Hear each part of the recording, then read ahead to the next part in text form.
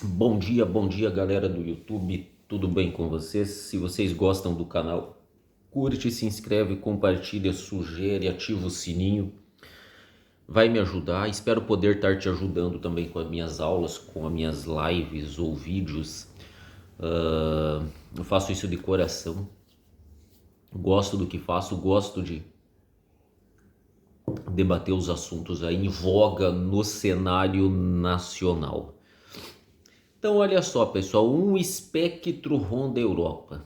E eu diria, eu tomo partido, se é que vocês me dão a liberdade, de dizer que um espectro ronda o Brasil.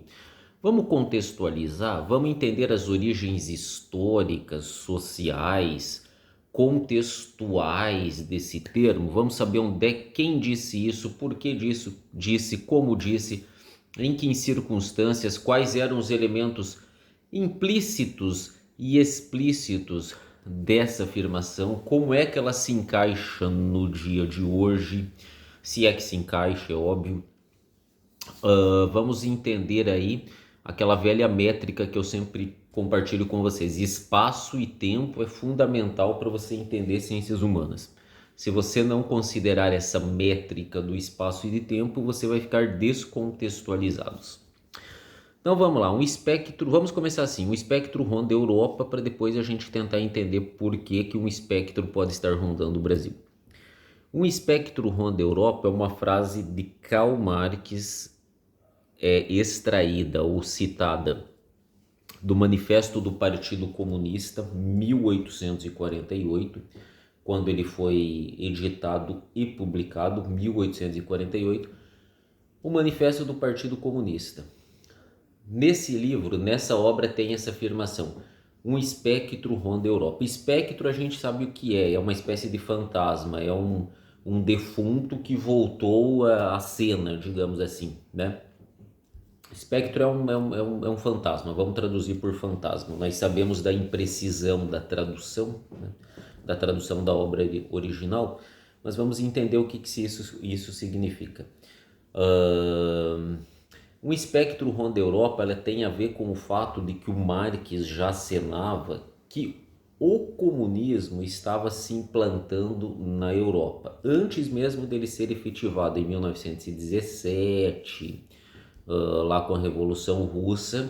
Você teve no século XIX toda a teorização do comunismo, embora você tenha, é óbvio, já no século XIX movimentos sociais, enorme contestação à exploração capitalista, a proposta socialismo, as várias ramificações que o espectro da ideologia comunista ou socialista adquiriu no século XIX, anarquistas, socialistas fabianos, socialistas utópicos, socialistas radicais, comunistas propriamente dito, as várias linhas dentro do comunismo, por mais que lá no século XIX você tinha já toda essa teorização, ele vai se efetivar no século XX.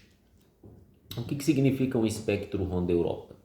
Significa que as nações europeias que já haviam se formado lá no século XV e XVI e as que se formaram no século XIX, mais precisamente Itália e Alemanha, que só tem a sua unificação na segunda metade do século XIX, elas já estão, digamos assim, sob a influência, ainda não sobre o poder, mas sobre a influência, sobre a ameaça, entre aspas, aí sobre o risco do avanço comunista. Marx já previa isso, Marx já sabia lá em 1848, quando ele fez o manifesto, quando ele publicou o manifesto do Partido Comunista, onde ele termina dizendo: proletários do mundo inteiro, univos, onde ele estabelece as bases aí do materialismo histórico, né? Ele vai começar dizendo que toda a história é a história da luta de classes, burgueses e proletários, patrícios e plebeu,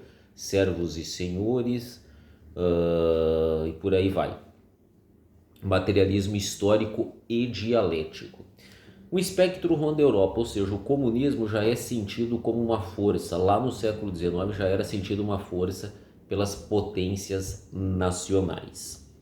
Aí nós temos que entender o seguinte, é óbvio, o comunismo ele vai ser levado a cabo, a sua primeira experiência de fato comunista lá em 1900, socialista, né? Tem uma diferença entre socialismo e comunismo, em 1917 com a Revolução Russa. Teve a Comuna de Paris, né? Teve as internacionais, né? Teve no século XIX duas internacionais, a terceira lá na Revolução Russa, a terceira internacional.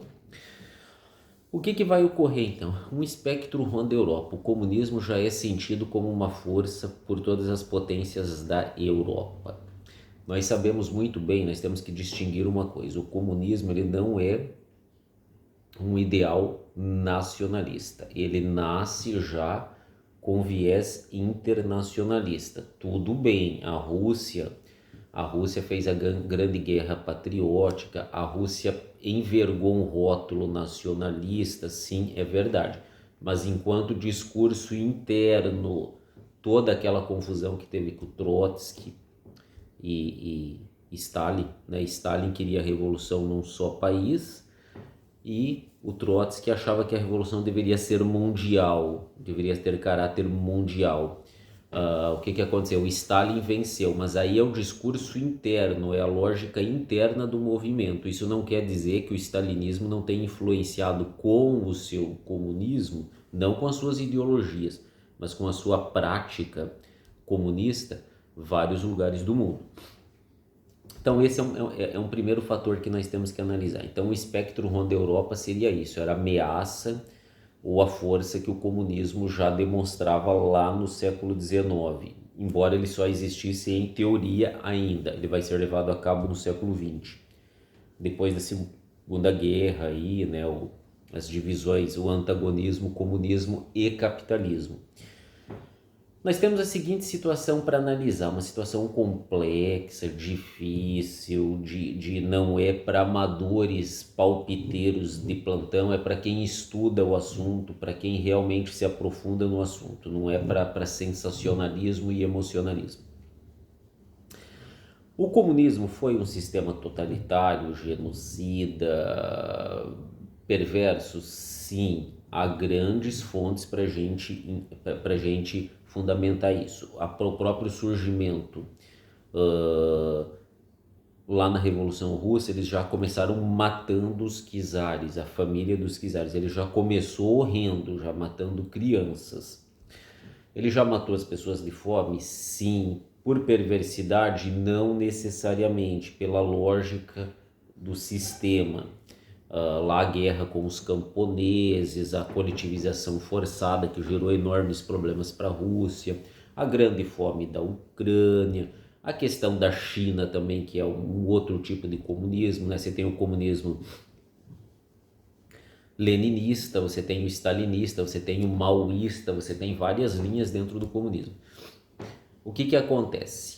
Sim, o comunismo é um totalitarismo de esquerda, é um regime totalitário de esquerda semelhante, com muitas semelhanças ao nazifascismo, guardadas as devidas proporções, é óbvio, o nazismo tem algumas particularidades.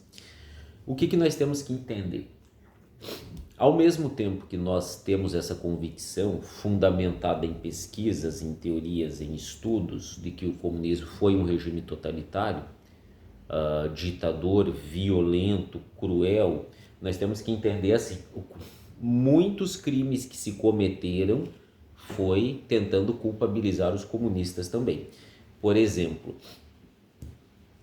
nós temos lá nós temos os protocolos dos sábios de Sião. Eu fiz um vídeo sobre isso. Nos protocolos dos sábios de Sião, que é um documento forjado, é um documento não real, você tem a seguinte situação. Os czares russos, ele é um documento russo, ele foi feito na Rússia. Os czares russos produziram esse documento para quê? Já prevendo que o judaísmo, os judeus dariam um golpe via comunismo. Então, olha, já tem a primeira situação, os protocolos dos sábios de Sião tentando culpabilizar os judeus pelas desgraças que viriam, principalmente advindas do comunismo.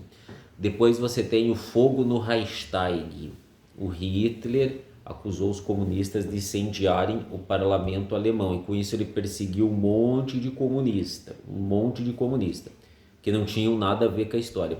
Provavelmente foram os próprios nazistas que queimaram o Reichstag e acusaram os comunistas. Aqui no Brasil você tem o plano Cohen, do venerável, do amado fascista que a esquerda venera, Getúlio Vargas, que a pretexto de um golpe comunista, houve a intentona comunista em 1935, ele prendeu o Prestes, ele venceu.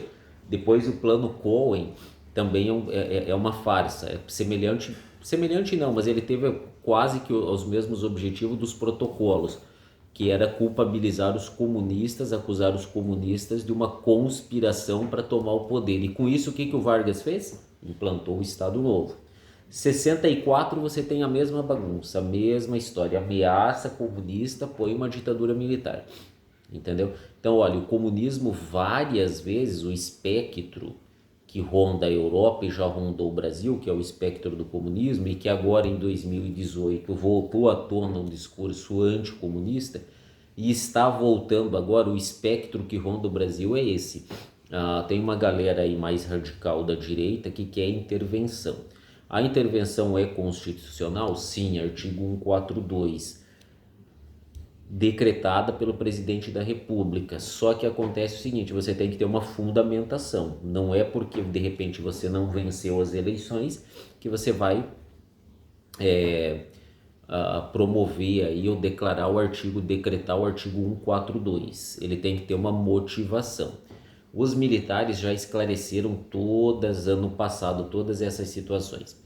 Claro que há fortes vínculos do PT com o Foro de São Paulo, né? A chapa Lula-Alckmin ele recebe estipêndios provenientes de outros países, o que a nossa legislação eleitoral proíbe. É claro que há uma vinculação entre PT e crime organizado. É claro que já houve grupos terroristas fazendo treinamento militar dentro do Brasil sob a jurisdição de órgãos ligados ao Foro de São Paulo e ao PT. Óbvio que você tem uma situação de perigo, é óbvio, ninguém é bobo, ninguém descarta isso. Mas para você declarar o artigo 142, a intervenção, você precisa ter provas sobre isso. Então, o espectro ronda o Brasil? Ronda, porque, professor, mas o PT não é capitalista? Justamente, aquela velha discussão, em termos econômicos sim, mas o comunismo não é um sistema econômico, ele é um sistema de poder. Um espectro ronda o Brasil, como rondava a Europa. O que é o comunismo? É um sistema de poder herdeiro da nomenclatura russa-chinesa, que tendo desmantelado o comunismo do leste europeu, procura refundá-lo aqui na América Latina. Se você olhar, quase todos os governos da América Latina voltaram a ser de esquerda. Isso é um problema? O Foro de São Paulo existe? Existe. O espectro do comunismo ronda o Brasil, como ronda a Europa? Com certeza.